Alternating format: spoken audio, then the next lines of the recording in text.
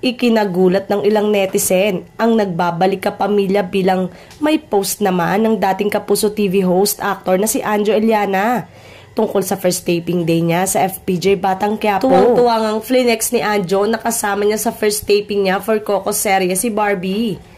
Ang picture na pinost ni Anjo ang patunay na mali nga ang chikang wala na si Barbie sa FPJ Batang Quiapo. Tsaka ang alam din naman, may balak din ang kapamilya na ilagay si Barbie sa incognito na pinagbibidahan ni na Richard Gutierrez at Daniel Padilla.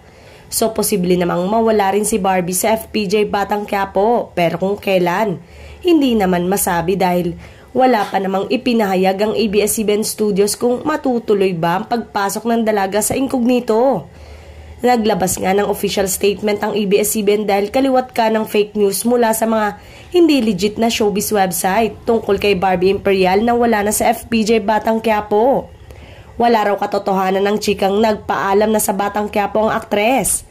Ayon sa production company Dreamscape Entertainment, walang katotohanan ng mga usap-usapan na wala na si Barbie Imperial sa FPJ Batang Quiapo. Nakakapag-usap sina Barbie at Coco Martin at ang production team at tuloy-tuloy pa rin ang pagganap niya bilang Tisay.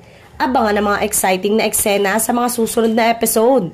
Maraming salamat kapamilya. Nagsimula ang mga haka-haka na magbabuna siya sa Batang Quiapo nang malaman ng netizen na nasa Italy siya na sa halip. Nagsushooting siya para sa Coco Martin lead series. Iniintriga rin ang pagpunta ni Barbie sa Italy dahil doon kinukunan ng bagong serye ng rumored boyfriend niyang si Richard Gutierrez.